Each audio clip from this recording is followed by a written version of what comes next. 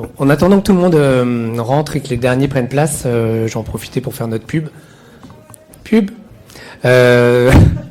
Excusez-moi, je vais faire des blagues un peu vaseuses, mais c'est juste pour vous énergiser un petit peu. J'espère que ça va bien. Oui, ça va bien. Ouais. Il est 4h30, donc c'est pas la pause déj, c'est l'heure du goûter. Donc désolé de vous priver de votre Kinder habituel, mais on va aborder un autre sujet qui est autour de la RSE. Donc je m'en excuse auprès des personnes qui sont à ma droite. On va parler de Hatch 2 secondes, parce qu'ils nous connaissent déjà. Mais vous peut-être un peu moins. Donc nous, Hatch, on est un cabinet de conseil en stratégie RSE, on est un pure player de la RSE, donc on fait que ça. On n'a pas d'autres practices. On existe depuis 2009, donc ça fait 13 ans qu'on fait ça à peu près. Moi, je m'appelle Mine, donc je suis ravi de vous connaître tous. Donc je verrai après sur qui vous êtes sur les listings, mais donc voilà, je me présente, je m'appelle Mine, je suis le DG de Hatch. Et pour la petite histoire, voilà, j'ai passé 20 ans en grande consommation, dont 15 chez L'Oréal, où j'étais directeur marketing et DG de Business Unit, et un jour, j'ai vu la lumière. J'ai voulu m'engager plus. J'ai croisé la route d'Alexis Krisev qui est dans la salle. J'ai dit, où est-ce qu'il est, Alexis? Alexis, t'es où? Ah, il est là. Voilà, le veste bleue là. Donc Alexis, le fondateur de Hatch, qui donc a créé Hatch il y a 13 ans et puis qui est un jeune cadre ici présent, qui s'est engagé depuis toujours. Car en sortant d'école, il a co-créé et co-dirigé la marque Alter Eco, que vous devez tous connaître, qu'on trouve encore en supermarché. Et voilà. Et en 2009, il a créé Hatch. Et moi, j'ai rejoint il y a 4 ans, donc en ayant vu la lumière. Donc voilà. Et maintenant, on virevolte de COMEX en COMEX, de CODIR en CODIR, de comité de surveillance en comité de surveillance pour essayer d'apporter la bonne parole, convaincre. Et il y a urgence de convaincre. Et donc, ce que notre spécialité, évidemment, c'est d'élaborer des stratégies RSE. On va en parler juste après. Et on s'est vite heurté après à cette phase ultime qui est que c'est génial, faire de l'embarquement des CODIR, c'est top, ça marche et c'est primordial. Et après, vous avez le super PowerPoint. Et après, qu'est-ce qu'on fait du super PowerPoint? Quand vous avez, alors on va le voir là, plusieurs centaines de collaborateurs, des gens qui sont pas tous acculturés au sujet, qui n'ont pas toute la même conscience de ce qui se passe autour de nous. Et donc voilà. Donc comment est-ce qu'on déploie une stratégie RSE? C'est ce thème qu'on a voulu aborder cette année. Ça fait plusieurs années qu'on prend la parole autour de tiens, la RSE, je veux m'y mettre, comment je fais? Et puis là on s'est dit quand même on a un paquet de missions où maintenant on nous demande aidez-nous à déployer, aidez-nous à convaincre, aidez-nous à diffuser, aidez-nous à embarquer l'ensemble de l'organisation. Donc ce qui nous a paru intéressant cette fois-ci, c'était de demander à des entreprises différentes qui ont eu et qui ont toujours des problématiques un petit peu différentes d'intervenir. Et vous allez voir qu'on a une très belle ETI d'un côté et puis une autre très belle entreprise de l'autre côté, mais qui a aussi un point particulier, c'est que elle dispose d'un réseau, et donc un réseau de centres commerciaux, donc très difficile à animer. Donc pour ça, on a monté cette conférence avec notre partenaire, avec le jeune homme qui est tout là-bas, qui se cache, qui essaye de se gratter, mais sans se voir. Mais donc Baptiste, qui est il est là, le jeune là, qui est un des fondateurs de l'ACA. Vous allez voir, on va vous montrer un petit peu comment fonctionne cette plateforme, et vous allez voir que c'est assez canon. Et donc voilà, la conférence va être canon. C'est bon, vous êtes prêts? Tout le monde est installé? Ouais, à peu près. Il y a encore 4-5 places, si jamais vous voulez. Elles sont très très chères. Ok. Alors j'ai le plaisir d'accueillir aujourd'hui, c'est parti, on est vraiment parti. Guillaume Clément. Bonjour. Voilà, on applaudit bien fort, allez, on se met en énergie. Alors, Guillaume est le président du groupe Blanchon. Je vais vous décrire quel est le groupe juste après. CEO et président. On a Corinne Test, qui est la directrice RSE de Carmila. On a Antoine Dion, qui est là. Et donc, le directeur du centre de Montesson, dans la région parisienne, si je dis pas de bêtises. Et voilà, on a voulu avoir la voix du terrain, concrètement, comment ça a été vécu par le terrain, parce qu'on parle de déploiement, on embarque le terrain, et donc, que pense vraiment le terrain? Parce que sinon, après nous, dans nos tours d'ivoire, on est très contents, on a envoyé une newsletter, mais est-ce que ça suffit? Donc voilà, exemple et retour concret avec Antoine. Et puis on a Baptiste, donc comme j'ai présenté tout à l'heure. Là, on l'applaudit vraiment fort. Attention, il va rougir. Ok, donc on a, comme je vous le disais, deux entreprises très différentes. La première, c'est le groupe Blanchon. Donc il y a un groupe qui aujourd'hui, donc ETI française, plus de 400 collaborateurs, a 7 sites industriels, a fait 3 acquisitions récentes en Europe, donc en pleine expansion internationale. Donc ça c'est hyper important, on reviendra dessus, parce qu'on va voir comment la RSE peut aussi devenir une colonne vertébrale quand vous faites de l'expansion internationale pour intégrer des nouveaux collaborateurs et des nouvelles structures. Et puis une gamme de plus de 8000 articles qui sont avec une offre complète. Les deux marques les plus connues sont Blanchon dans le monde professionnel, et puis quand vous allez chez Leroy Merlin, vous croisez la marque Saint-Hilaire. Donc voilà, je dis pas de bêtises, c'est bon. Donc leur spécialité, c'est tout ce qui tourne autour de la protection, de la décoration, de la rénovation du bois. Donc si vous avez une terrasse, n'importe quoi en bois, un parquet, Blanchon, pub. Une pub. Et donc voilà, les sols, les bardages, les terrasses, les meubles, etc. Alors le deuxième groupe, Carmila. Donc Carmila, centres commerciaux, vous savez que donc partout vous avez des grands magasins type Carrefour, etc. C'est souvent hébergé à l'intérieur d'un grand centre commercial, et donc Carmila est la foncière cotée de ce groupe-là. Donc c'est la troisième plus grande foncière cotée. C'est 208 centres commerciaux dans plusieurs pays, 3 pays. Une valorisation totale du patrimoine très élevée à 6,25 milliards. C'est 6300 partenaires que vous retrouvez dans ces galeries commerciales. Et ce sont 280 collaborateurs en retail. Ça va, j'ai pas dit de bêtises. Si vous voulez compléter, n'hésitez pas. Et donc ils sont présents en France, en Espagne, en Italie, avec les sites que vous voyez ici. Il y a plus de 2 millions de visites chaque jour. 90% des centres sont leaders dans leur zone de chalandise. Et voilà, et un Français sur 3 ou un Espagnol sur 3 habite à moins de 20 minutes d'un de ces centres. Donc voilà, avec un impact qui est fort, en tout cas un endroit où il y a beaucoup de personnes qui s'y déplacent. C'est bon, vous voyez un peu les typologies d'acteurs que vous avez devant vous. ETI, française, en plein déploiement, grande fierté nationale, Cocorico. Et puis une autre très belle entreprise qui a cette particularité en plus d'avoir ce réseau. Donc voilà, deux façons de déployer du coup un peu différentes. Ok. Et Laka, oui, Laka, c'est vrai. Tu as raison. T'inquiète, on fait sa pub après. On montre des screenshots et tout. Il est très content, il m'a validé la presse. Donc nous, l'avant-propos que j'avais, qui était celui-ci, c'est définir une stratégie RSE, c'est bien, la déployer, c'est mieux. Donc 4 grandes étapes. Alors on pourrait renverser les bulles, mélanger les bulles, etc. C'est rarement séquentiel comme cela, c'est souvent un peu tout en même temps. Le point de départ, pour nous, c'est toujours hyper important. On est souvent confronté dans nos missions à des clients qui nous disent « Ah, on a fait ça, on a fait une fresque du climat, c'est super. On a enlevé les bouteilles plastiques dans les bureaux, c'est top. On a mis 2 prises électriques pour les véhicules électriques. Le codir est passé en hybride, super. Mais ça fait pas une strate. C'est plein d'actions symboliques importantes à mener, mais vous êtes vite sur un plafond de verre, quoi. Et puis vous avez touché 0,5% de votre empreinte carbone. Donc l'idée, c'est comment est-ce qu'on va plus loin que ça. Il faut vraiment avoir co-construire, nous on aime bien co-construire et définir une vraie stratégie RSE qui va être la boussole stratégique de l'entreprise. Et puis c'est quand même un vaste bordel là-bas, donc avoir un phare, un endroit où on se dit on continue de garder le cap, c'est hyper important. Et surtout, si derrière vous voulez embarquer des gens, il faut que là où vous allez soit super clair. Okay. Le deuxième plan, assez bateau, définir des plans d'action. J'ai une strat, j'ai des KPI. Comment je déroule ça en vrai plan d'action concret. Et derrière, un peu moins connu, le plan de mobilisation. Ok, c'est super de se dire, ah, génial, donc on a fait un bilan carbone, on a un plan de réduction de son empreinte carbone, on y va. Mais maintenant, comment est-ce que vous allez mobiliser les équipes? Est-ce que vous allez juste faire une réunion en mode top-down et je dis, bah tiens, dans tes objectifs maintenant, il va falloir que tu éteignes la lumière et que tu t'éteins ton PC en sortant. Bon, c'est un peu trivial comme exemple, hein.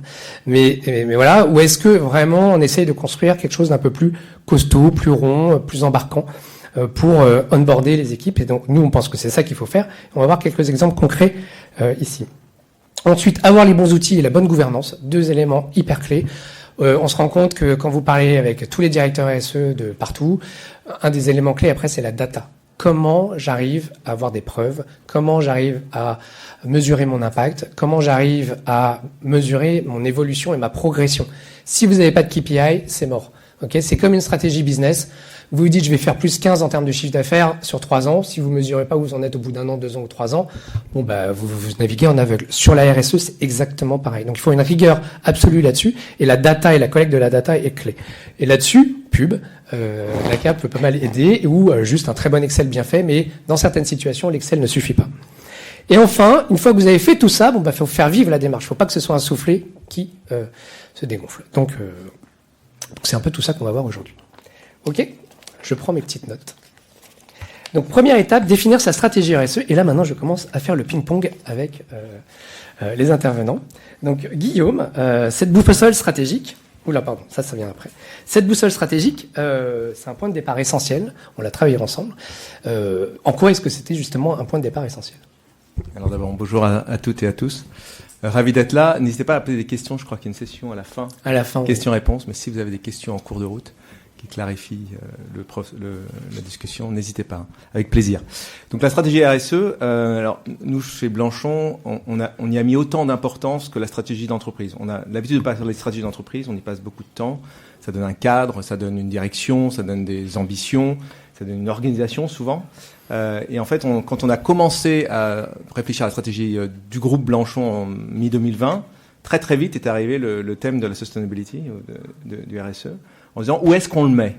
Est-ce qu'on en fait quelque chose de transversal ? Est-ce qu'on en fait quelque chose de spécifique ? Et à quel niveau on le monte au niveau du comité de direction et des questions qu'on se pose au comité de direction ? Et finalement, on a décidé de le mettre comme un des 4 piliers stratégiques du groupe. Donc c'est ni le numéro 4 ni le numéro 1, c'est l'un des 4, au même niveau que les autres.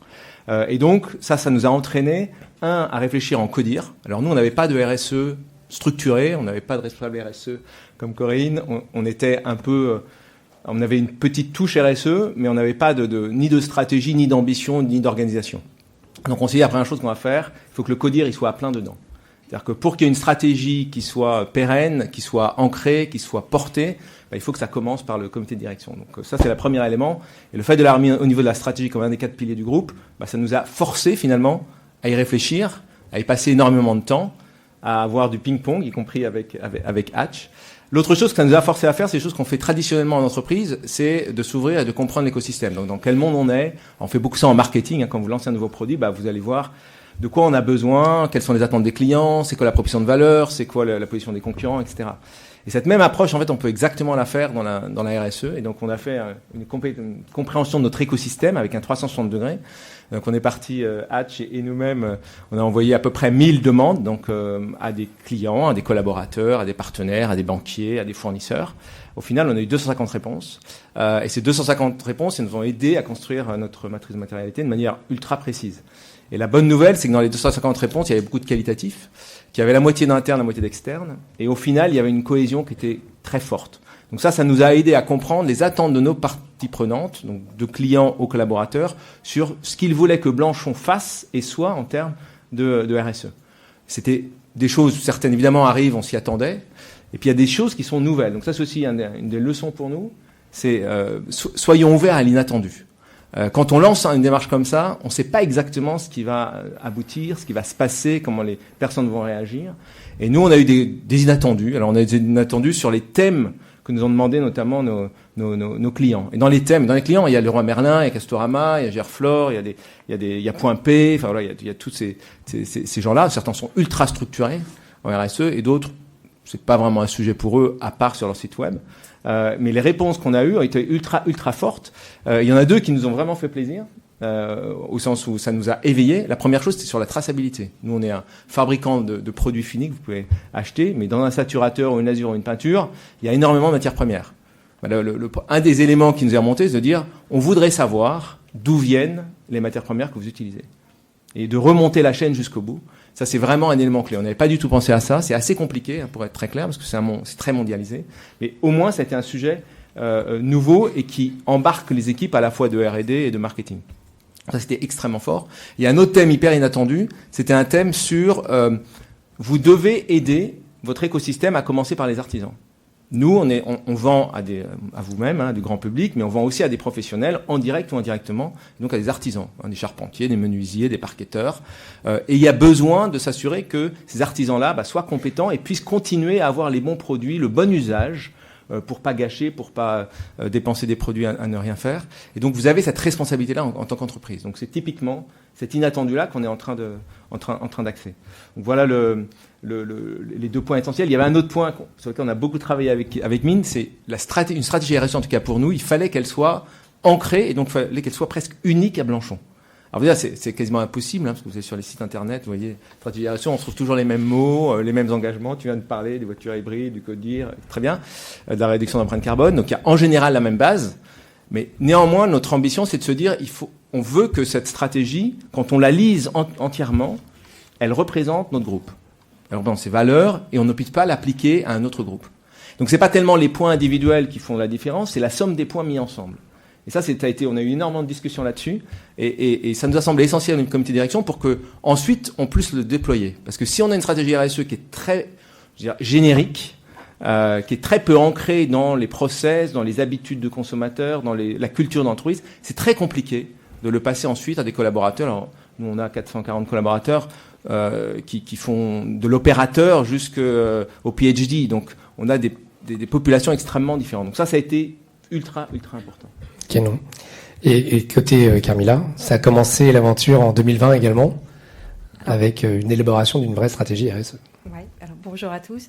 En 2020, en fait, on a souhaité redonner un second souffle à notre stratégie parce qu'elle a été initiée dans les années 2017. Et en 2020, on commençait à constater que peut-être on s'éparpillait un petit peu, comme vous le disiez tout à l'heure, sur des sujets qui n'étaient pas forcément au cœur de notre impact. Et parce qu'on n'avait peut-être pas assez travaillé en collaboration avec l'ensemble de nos parties prenantes. Et on a fait un peu le même exercice de faire le tour des attentes des uns et des autres. Et ça passe en effet par l'extérieur, mais aussi par nos collaborateurs, par la mobilisation du comité de direction. Et c'est vrai que la base, c'est même la direction que doit donner l'équipe dirigeante pour vraiment qu'on se donne les moyens d'avancer. Et donc en 2020, on s'est dit qu'il fallait refaire un point et se reposer les bonnes questions, remettre un peu les choses à plat et identifier vraiment les sujets qui étaient prioritaires et qui avaient le plus de matérialité pour nous. Donc en effet, la matrice de matérialité est un bon outil pour vraiment choisir les sujets qui ont un impact important et éviter la dispersion. On a forcément travaillé avec les gens du terrain, comme on le dit régulièrement en travaillant avec les équipes qui sont au cœur des centres commerciaux, puisque vous le disiez tout à l'heure, on est des centres on va dire de rencontres avec des parties prenantes qui sont nombreuses. Donc c'est important de connaître les attentes des uns et des autres. Et ce travail collaboratif est essentiel à la fois pour co-construire et après pour préparer la deuxième phase qui va être le déploiement et l'engagement de tout le monde. Alors, ce qu'on peut voir, c'est qu'une fois qu'on a établi cette stratégie, donc il faut l'impliquer. Donc, on passe au point 2, c'est définir les plans d'action. Donc, vous avez votre strat qui est bien faite. Est-ce que là, d'ores et déjà, nous, en tout cas, dans la méthodologie Hatch, on embarque généralement soit un CODIR, soit un CODIR élargi. On a entre 12 et 15 personnes et on les fait réfléchir. Il y a un vrai exercice de maïotique pour que ce soit eux avec qui on va co-construire la stratégie. C'est hyper important. Pourquoi ? Et ça nous différencie un peu de certains de nos confrères, c'est parce que nous, on pense à l'après. Une fois que vous avez votre joli PowerPoint, qui va faire le rollout ? Qui va la déployer ? Qui va être l'ambassadeur ? Si vous avez une personne qui s'en charge, c'est forcément moins efficace que si vous avez un groupe de 12 personnes qui l'ont vécu, qui l'ont réfléchi et qui après vont pouvoir en parler, et pas en parler pas seulement en réunion, mais à la cantoche, etc., etc. Donc c'est hyper important d'avoir ce pôle d'ambassadeurs dès le départ. Alors ensuite, on a défini cette stratégie, et puis après, on essaye de créer des plans d'action, phosphorer, etc. Et chez Blanchon, on a fait un truc assez exceptionnel. J'étais même surpris. Mais je me souviens, Guillaume, tu avais présenté ça à l'ensemble des collaborateurs. Et là, qu'est-ce qui s'est passé ?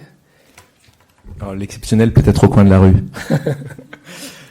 Non, ce à quoi se réfère Mine, la question s'est posée, nous, une fois qu'on avait posé la stratégie au niveau du comité de direction, c'est effectivement qu'est-ce qu'on fait et comment on la partage, sachant que le niveau de maturité dans l'organisation était ultra varié. Donc la première chose qu'on ait faite, c'est de la structurer très fortement avec des KPI. Donc on a 6 thèmes dans notre stratégie RSE et elle est très visuelle. En une page, on a un one-pager là qui permet de présenter ça. Et on a mis 2-3 KPI pour chacun des 6 thèmes. Et une fois qu'on a eu ça, on s'est dit il faut absolument qu'on le partage. Qu'on partage le chemin qui nous a amené là, parce que c'était un chemin long, Globalement, on a mis entre 6 et 8 mois pour arriver à une page, donc on n'est pas très rapide. Mais néanmoins, les allers-retours nous ont vraiment aidés. Donc on est allé à la rencontre de l'ensemble des collaborateurs. Donc on l'a fait en physique. C'était au moment où on pouvait à nouveau se redéplacer. Donc dans les usines, donc on a fait dans nos usines, dans les centres logistiques, dans les filiales étrangères, du présentiel en présentant la démarche, le pourquoi, et là où on en était rendu, et nos attendus. Alors, ce qui était essentiel, c'est de dire les attendus, c'est-à-dire qu'il y a un moment donné où, pour le déploiement, on avait plusieurs options. Il y avait une option de dire, on va recruter une responsable RSE tout de suite. Corinne va revenir, va nous rejoindre. Mais et puis on va faire quelque chose d'assez descendant. En fait, on a pris un parti pris qui est très différent, qui était de dire, on venait de refaire la stratégie et donc on venait de refaire aussi les valeurs du groupe. Et dans les valeurs du groupe, il y en a 4 valeurs, mais il y en a 2 qu'on a réussi à raccrocher de manière complètement intrinsèque à ce projet. C'est l'audace d'un côté et la responsabilité de l'autre. Donc on s'est dit, premièrement, on a ces valeurs-là, c'est bien aussi que dans les grands projets transversaux du groupe, on porte aussi nos valeurs. Donc on va porter la valeur de l'audace, on va être audacieux. Donc Yamine, non, on va pas faire comme tu as l'habitude de faire. On va faire un appel à candidature. Et l'appel à candidature, il est pour tout le monde. Donc il est pour alors à l'époque on était 360, il est pour les 360 collaborateurs du groupe, qui que vous soyez, où que vous soyez, quelles que soient vos fonctions, vous pouvez candidater sur ces 6 thèmes-là. Donc on a tout présenté et à la fin on leur a dit voilà, vous avez un mois, donc on a créé un site sur lequel vous venez dire dans quel thème, vous pouvez choisir qu'un seul thème, vous voulez vous engager. En leur donnant aussi la direction. Engagement, ça veut dire faire partie d'un projet, donc d'un groupe projet. Donc on s'était dit entre une quinzaine de personnes par projet, hein, donc 15 x 6, ça fait près 100. Et puis dans la durée. Et nous, on s'engageait à leur dédier du temps, donc à assurer que c'est un opérateur sur une ligne, eh ben vous aurez du temps pour participer au groupe projet. En l'occurrence, ils n'ont pas d'adresse internet, ils n'ont pas d'ordinateur, etc. Donc, ils iront là où le projet aura lieu. Il y a notamment du face-to-face et aussi de la digitalisation là-dedans. Et donc, on a présenté ça et au final, on a reçu 90 personnes qui ont été désireuses de s'engager. Donc, on était en même temps très content, on a toujours un peu de déception, on se dit pourquoi pas 360. Et puis après, 90 sur 330, c'est juste énorme en fait. Mais surtout, oui, c'était bien, ouais, on était content, mais en même temps, il y a toujours la frustration de se dire, il y a des populations qui sont plus difficiles à motiver, et il y a des zones géographiques aussi qui sont plus difficiles à motiver. Et nous, on avait l'enjeu aussi qu'il fallait qu'on puisse s'organiser pour que ce soit anglais et français. Donc, on a pris les 90 personnes et on les a toutes acceptées. Donc on n'a fait aucune sélection à l'entrée. Pourquoi ? Et l'intérêt de ça a été de dire, on a fait 3 workshops, donc 6 workshops en l'occurrence, donc sur 3 jours d'affilée, on les a tous fait venir.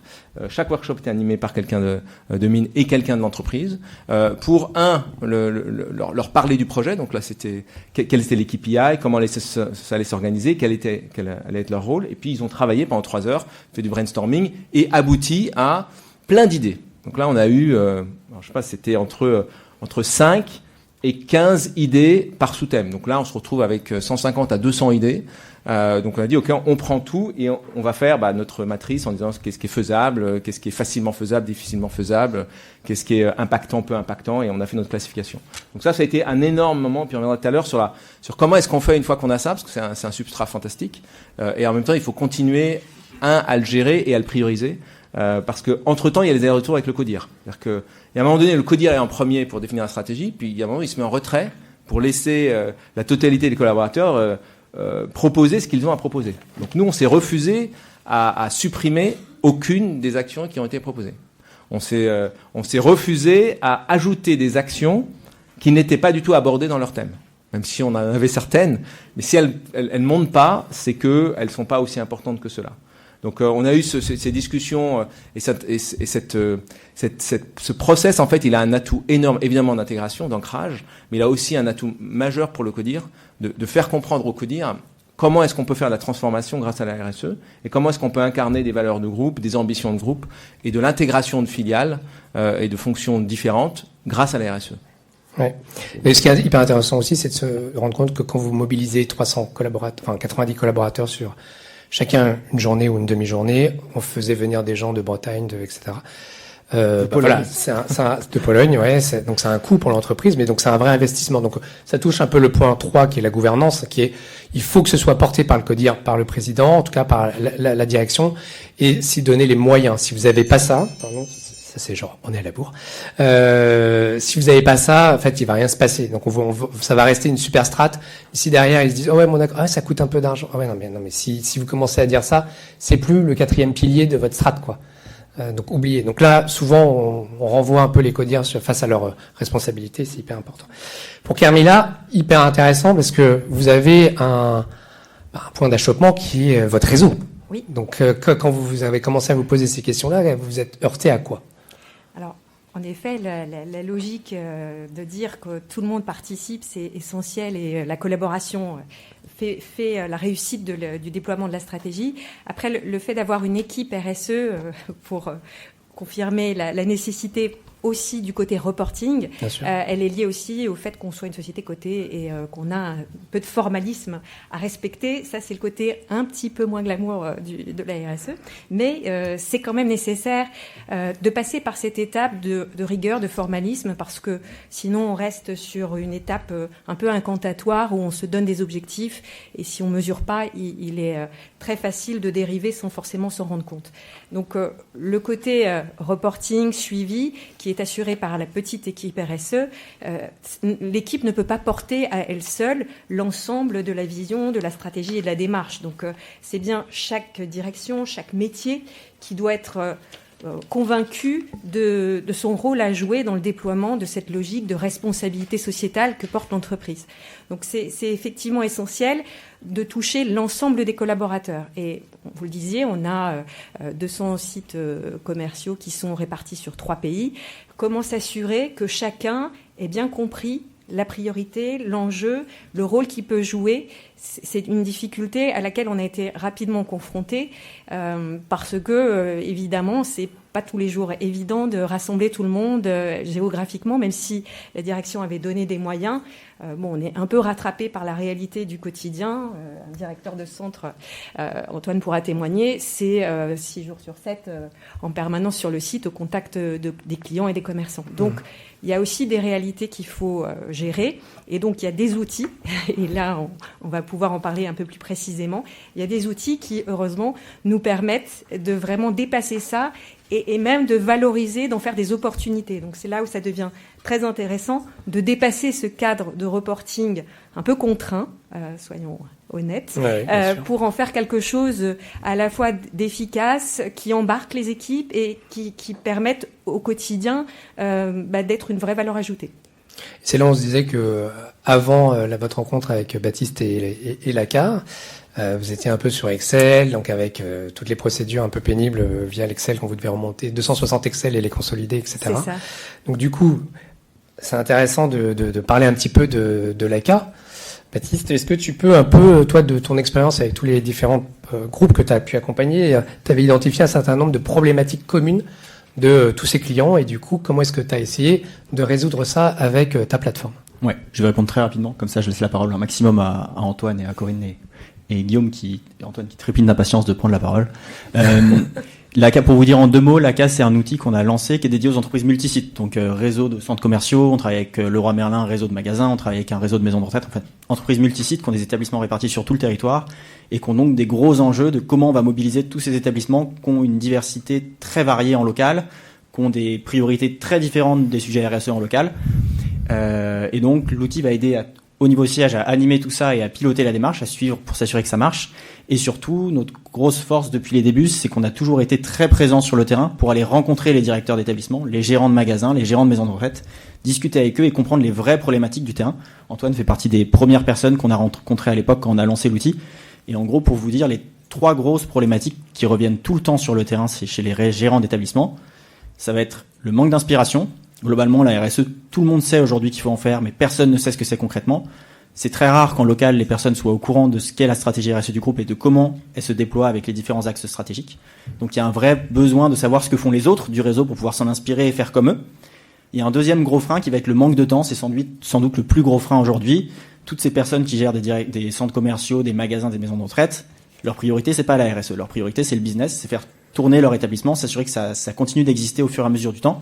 Et la RSE, c'est quelque chose à part qu'ils font quand ils ont un peu de temps par-ci par-là. Donc il faut que toutes les choses qui traitent de la RSE soient des choses qui soient rapides à faire avec des guides clés en main, que le reporting soit hyper simple, ludique et agréable, sinon c'est des choses qui vont pas être faites. Et enfin, le troisième gros frein qui est clé en local, c'est le manque de valorisation. En local, il se passe plein de choses. C'est exceptionnel. Toutes les actions qu'on voit passer, toutes les initiatives qui se passent en local, c'est exceptionnel. Mais ces initiatives, elles sont pas valorisées. Pas valorisées dans les entreprises. Personne en interne n'est au courant que dans tel centre commercial, il s'est passé une action. Et personne en externe, vis-à-vis des clients, des fournisseurs, des parties prenantes, n'est au courant concrètement de ce qui est mis en place sur le terrain. Et donc, nous, notre rôle, ça va être aussi de faire remonter toutes ces initiatives pour valoriser les personnes comme Antoine qui se battent au quotidien pour faire bouger les lignes. Ouais, super intéressant. On peut voir là sur l'écran des exemples de fiches où vous poussez des idées qui sont en ligne avec les grands piliers de la stratégie RSE du groupe, et puis avec un certain nombre de rewards, donc de points. Et à chaque fois qu'un centre va réaliser une action, hop, ça remonte. Et donc du coup, le point, on collecte l'information. Chaque centre peut voir comment il progresse, se comparer. Il y a un reporting automatique qui se fait par région, au niveau national, etc. Donc c'est un formidable outil. Et savoir traquer ça, c'est quelque chose de très très fort et qui est hyper important. Après aussi, quand on est dans les fonctions RSE, de pouvoir faire la preuve que ça marche auprès de sa direction générale. Et donc ça aussi, c'est hyper important. Et donc justement, là, il y a un mot qui revient tout le temps, c'est la collaboration, c'est mobiliser. Et donc Antoine, toi, t'as été acteur, comme disait Baptiste juste avant, c'est que tu as été un des premiers à être embarqué dans l'histoire. Est-ce que tu peux nous raconter un peu comment tu l'as vécu, qu'est-ce que ça t'a apporté, voilà, du très concret. À toi la parole. Bonjour à tous. Ça fait 6 ans que je suis directeur de centre aujourd'hui, bientôt 7. Et tout de suite, on a été embarqué par le groupe, la maison mère, c'est le groupe Carrefour, qui a déployé rapidement le Hack for Food. Et ce déploiement RSE dans tous les magasins, nous, en tant que centre commercial, il fallait qu'on arrive à aider le groupe à porter ce thème particulièrement. Je fais une petite aparté, parce qu'avec Corinne, en arrivant ici et en se baladant dans le salon, on a été marqué par votre tous présents dans le centre, dans ce salon. Vous êtes hyper impliqués, vous êtes entre guillemets éduqués, même si j'aime pas ce mot-là, mais vous avez l'habitude et vous avez cette conviction-là. Et le parallèle qu'on fait, c'est que quand on reçoit beaucoup de public, parce qu'en Montesson, par exemple, c'est 5 millions de visiteurs à l'année, c'est l'équivalent du nombre de visiteurs de la Tour Eiffel, pour faire un parallèle, c'est beaucoup de trafic qui génère beaucoup de vie, donc de déchets. On se faisait la remarque tout à l'heure, c'est que si tous nos clients pouvaient avoir la même discipline que vous, on aurait vraiment voilà, on dirait le job il est vraiment bien fait en termes de ce que tu disais, Guillaume, tout à l'heure, c'est d'impliquer les gens. Voilà. Il faut impliquer les gens et ça, je pense que c'est le nerf de la guerre de notre job au quotidien.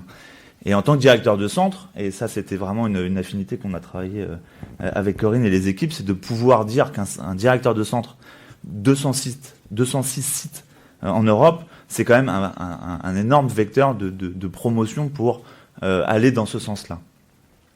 On a déployé beaucoup de choses depuis 2017 jusqu'à l'arrivée de l'ACA, où effectivement on travaillait chacun dans notre coin avec des idées qui étaient super les unes les autres, sauf que la direction, pour revenir plus centré sur le sujet, avait vraiment un énorme travail de classification, finalement de sortir le meilleur de tout ça pour pouvoir le dupliquer d'une manière ou d'une autre. C'est vrai que la solution LACA nous a énormément facilité le travail pour ça, dans l'enregistrement de toutes les bonnes actions qui peuvent être dupliquées finalement partout. Il y a des exemples simples. Quand en 2018 ou en 2019, j'ai une de mes collègues à Caen qui a déployé le mur de l'emploi. Tu l'as juste derrière toi. Yes, voilà. Le mur de l'emploi, c'est tout simplement un espace vide. Voilà, des fois ça arrive, on a des espaces, des mètres carrés. Comment est-ce qu'on peut l'optimiser ? Paf, on affiche 30 emplois en partenariat avec une association locale, Pôle emploi ou la mission locale. Et ça permet tout de suite d'avoir une action RSE en local qui touche tout de suite les gens qui fréquentent notre centre commercial. Et ben, grâce à l'ACA et la plateforme, tout de suite, Corinne et ses équipes ont pu tout de suite identifier cette bonne action, nous la présenter à travers finalement ce réseau social interne à l'entreprise qui a permis à tous les collaborateurs, tous mes collègues, directeurs de centre, de piocher cette bonne idée et de la déployer. Et au final, si on fait un petit peu le compte depuis la mise en place de l'ACA, c'est vraiment un impact énorme sur l'entreprise. Là, on peut voir d'ailleurs qu'il y a des fiches récap qui font un peu le compte. Vous voyez à droite l'impact global. On a récapitulé ça avec quelques chiffres clés ici. C'est intéressant parce que quand vous êtes, entre guillemets, tout seul sur votre lieu de travail, vous avez un énorme réseau, mais du coup, c'est l'action individuelle, hein, c'est le petit colibri. Après, le petit colibri, du coup, c'est quoi l'impact global? Donc ça permet de se rendre compte qu'on participe d'un effort qui est assez important, parce que là, quand même, quand on parle de 682 tonnes de denrées alimentaires collectées au profit des associations, là, on commence à parler d'un colibri assez poids lourd, quoi. Donc c'est sympa vraiment en termes d'impact. La CA, c'est interne, c'est accessible aux collaborateurs en interne ou c'est également accessible aux clients? Non. C'est interne pour l'instant. À ce jour, oui. C'est interne pour l'instant. Donc ce qui a bien fonctionné, moi, de ce que j'avais retenu quand on avait préparé, c'était le dialogue permanent. Vous êtes en permanence, donc vous avez mis instauré, on parlait de gouvernance sur l'un des tout premiers points, le troisième point. La gouvernance, c'est non seulement donc avoir les bons outils comme l'ACA, ou nous, l'ACA, c'est un partenaire avec lequel on travaille chez Hatch. On est en train de déployer dans une banque avec 3000 collaborateurs, 300 agences, et donc on a suivi ces étapes, définir la strate, ensuite plan de mobilisation, comment on peut mobiliser, quels sont les bons canaux de communication pour toucher les employés, et puis après, quand vous déployez, vous pouvez utiliser ce type d'outils quand c'est multisite, et donc là, vous avez besoin d'animer une communauté, etc.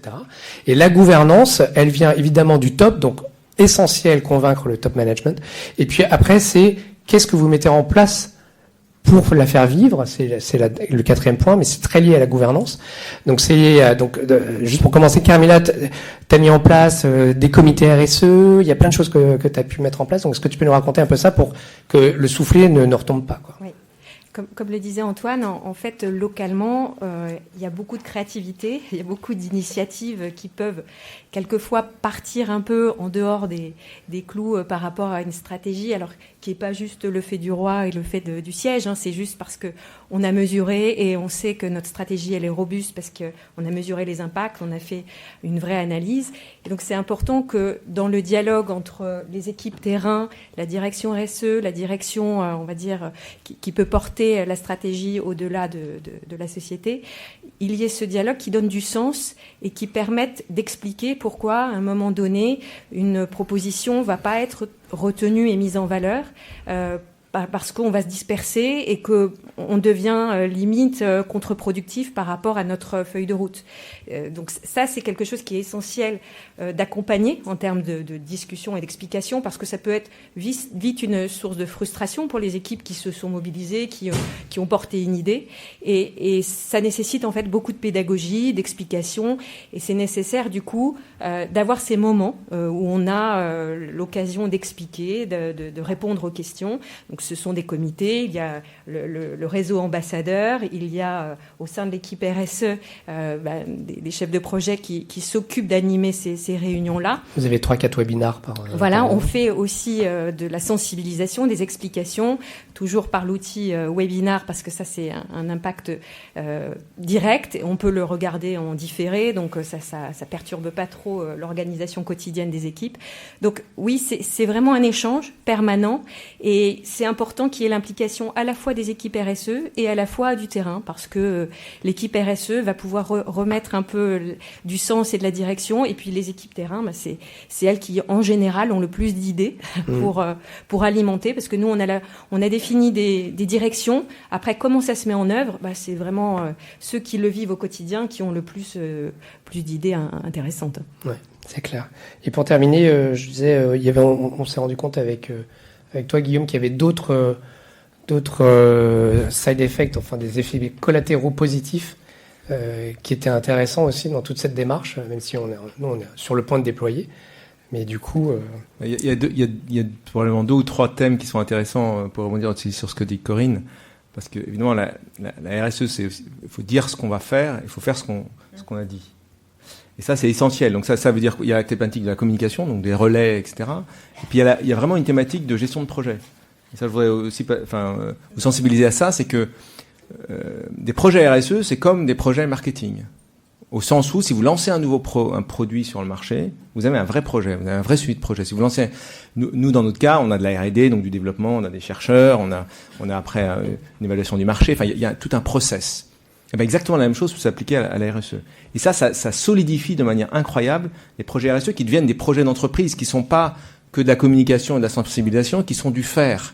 Nous, quand on a décidé d'impliquer nos 90 collaborateurs, ils ont des plans d'action qu'ils ont à mettre en œuvre. Donc, premièrement, ils ont à les définir, ils ont à les timer, à les séquencer, à les mettre en œuvre. Et on a aussi décidé, pour être sûr qu'on aille jusqu'au bout, c'est que on a 6 thèmes, chacun des thèmes a un sponsor qui fait partie du comité de direction. Et parce qu'en fait, on a besoin d'avoir le relais, parce que la remarque qu'on a au début, c'est de dire oui, on va faire des choses, ça va se perdre. Pas par mauvaise volonté, c'est juste ça va se perdre. Et on a même poussé le vice jusqu'à mettre un sponsor sur des sujets qu'il ne connaît pas. Donc, pour qu'il puisse justement pas être celui qui a l'autorité sur le sujet et qu'il puisse aussi découvrir une autre facette de l'entreprise. Et ça, franchement, c'est des petits trucs comme ça, mais quand vous organisez la gouvernance, vous pouvez avoir plein d'éléments managériaux collatéraux comme ça que vous pouvez introduire qui sont hyper intéressants. Donc ça, c'est vraiment essentiel. Typiquement, oui, sur la traçabilité, on n'a pas mis notre directeur R&D ou des opérations. On a mis notre CFO. On connaît rien. Elle a une formation juridique. Donc, voilà. Mais peu importe, en fait. Parce que c'est pas le sujet. Le sujet, c'est ils deviennent porte-parole des groupes. Et donc, quand les plans d'action sont terminés, chaque groupe viendra les présenter au comité de direction. Donc il y a une forme de donc pensez à ça parce que et ça c'est des choses aussi qui sont nouvelles, ce qu'a fait référence Mine aussi, c'est que l'entreprise on va dire des ETI de notre taille, la gestion de projet c'est pas nécessairement une compétence acquise. Il y a des gens qui l'ont. Vous voyez en R&D vous l'avez parce que c'est quasiment obligatoire, c'est du temps long, il faut gérer 24 à 36 mois pour lancer un produit. Donc oui, en marketing en général on l'a. Mais dans les autres fonctions, vous l'avez pas.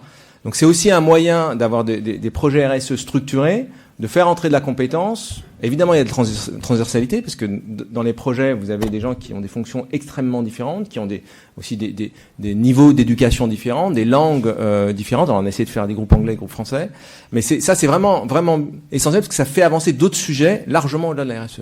Puis, il y a un autre thème qui est un thème pour nous important, et il y a pas mal de boîtes en France qui ont confronté à ça, c'est quand vous êtes en croissance, notamment en croissance par acquisition, ce qui est notre cas, il y a un moment donné, oui, vous allez acquérir une entreprise. Alors, en l'occurrence, nous, on en fait une en Suisse, une en Belgique, dans les Flandres, et une aux Pays-Bas, qui n'ont pas la même culture. Ils n'ont pas la même expérience de la RSE, ils n'ont pas la même définition de la RSE, et c'est pas du tout au même niveau nécessairement dans leur organisation ou dans leur stratégie. Et donc ça, c'est aussi un des éléments d'intégration, d'accélération d'intégration d'entreprises que vous rachetez. La RSE est un extrêmement bon levier. Pourquoi ? Parce que là, on a une boîte qu'on a rachetée au mois d'avril, donc c'est hyper récent, mais ils étaient très demandeurs d'eux. Mais ils sont arrivés un peu après la bataille, puisque les plans d'action, les groupes avaient été formés, etc. Et néanmoins, ils ont levé la main. On leur a présenté, ils ont levé la main. Certains ont dit, nous, on aimerait bien être raccrochés au wagon. Pas de problème. Vous pouvez rentrer. Et donc, ils ont choisi. Donc, on a 5 Néerlandais qui sont en train d'être dans chacun des projets. Et en même temps, ça les aide à comprendre là où on en est, ce qu'on veut faire, quel est le projet d'entreprise. Donc ça, c'est vraiment important. Et ça nous donne aussi un œil un peu plus critique sur les acquisitions qu'on fait. Donc c'est intéressant aussi dans le cadre d'acquisition, parce que vous avez des due deals environnementales par nécessité quand vous faites des acquisitions, comme vous avez des due deals financières, juridiques et compagnie. Mais les due deals environnementales, en généralement, elles sont sur les risques environnementaux de l'entreprise. Elles sont pas sur le projet environnemental de l'entreprise, la stratégie RSE, la culture RSE du groupe. C'est pas des choses, en général, c'est assez secret, confidentiel, donc on n'a pas accès à ce genre d'informations. Et néanmoins, c'est essentiel de l'évaluer aussi. Pardon ? On doit t'arrêter là. Ok, je m'arrête alors. Non mais je dis juste ça parce que c'est intéressant, parce que c'est aussi un autre levier d'évaluer la RSE dans les acquisitions. Alors, on va être chassé, mais est-ce qu'il y a juste une question, parce qu'on va être chassé de la salle. Moi, j'ai une question. J'ai une question pour Guillaume. Je ne sais pas si ça fonctionne, le micro. Pour vos 90 ambassadeurs, enfin, j'ai deux questions en une. D'abord, vous avez présenté votre démarche RSE directement auprès des usines. Donc là, j'aimerais savoir quel a été l'accueil. Est-ce que vous avez été compris ? Du moins, est-ce que le sujet de la RSE a été compris par les collaborateurs et notamment par exemple par les opérateurs en production ? Et mon autre question, c'est pour vos 90 ambassadeurs qui étaient donc des volontaires. Est-ce que vous avez eu de la perte au feu ou est-ce que vous avez réussi à les motiver avec ces projets suivis, etc. Okay. Merci pour la question. Je vais faire court, hein. Ouais, je suis bavard. Ouais, on doit sortir. Donc sur le premier, oui. Alors donc on a présenté en visu. On a eu la chance, c'est que dans les 6 thèmes qu'on a retenus, il y avait des thèmes qui étaient directement qui s'associaient aux collaborateurs, en particulier aux opérateurs. On a un thème sur la sécurité au travail. Donc l'environnement de travail et la sécurité, c'est essentiel quand on est un industriel. Donc ça, par nature, ça a fait écho aux opérateurs tout de suite. Donc on n'a pas eu de problème à leur expliquer que la sécurité au quotidien, ça fait partie de la stratégie RSE. Et c'est un thème sur les 6. Donc ça a plutôt très bien marché et tout le monde a pu en fait se rattacher. Il y a la transformation, il y a la R&D, donc on a trouvé le bon moyen. Après la perte au feu, c'est un peu tôt parce que là on est en phase de lancement. Donc on a lancé les ateliers, on a lancé les plans d'action, mais on est démarrage, donc on a un peu l'émulation du début. Donc j'ai envie de vous dire, attendons 12 mois, on va voir ce qui se passe. Mais je pense qu'on a assez de motivation intrinsèque chez les collaborateurs pour aller jusqu'au bout. Il y aura un peu de perte au feu parce qu'il y a des gens qui partent. Hein. Mais on va s'arrêter là. Voilà. Désolé. Merci. Alors, merci beaucoup déjà. On espère que ça a été concret. Voilà. On vous propose, nous, toute l'équipe Hatch, on va être sur le stand Bicorp PU60. Là, dans le couloir aussi, on peut continuer un peu. Si vous avez quelques questions, on est là. Comme ça, j'imagine que on peut continuer un peu la conversation. Et encore, merci beaucoup pour votre attention. Il y a un flashcode si vous avez envie de laisser des impressions sur les prochains ateliers que vous aimeriez voir l'année prochaine. Sachant que demain, on en a un autre sur la double matérialité qu'on anime également. Donc, venez nombreux. Et un énorme merci à nos intervenants. Merci pour votre temps et merci d'être venus. Au revoir et bon salon.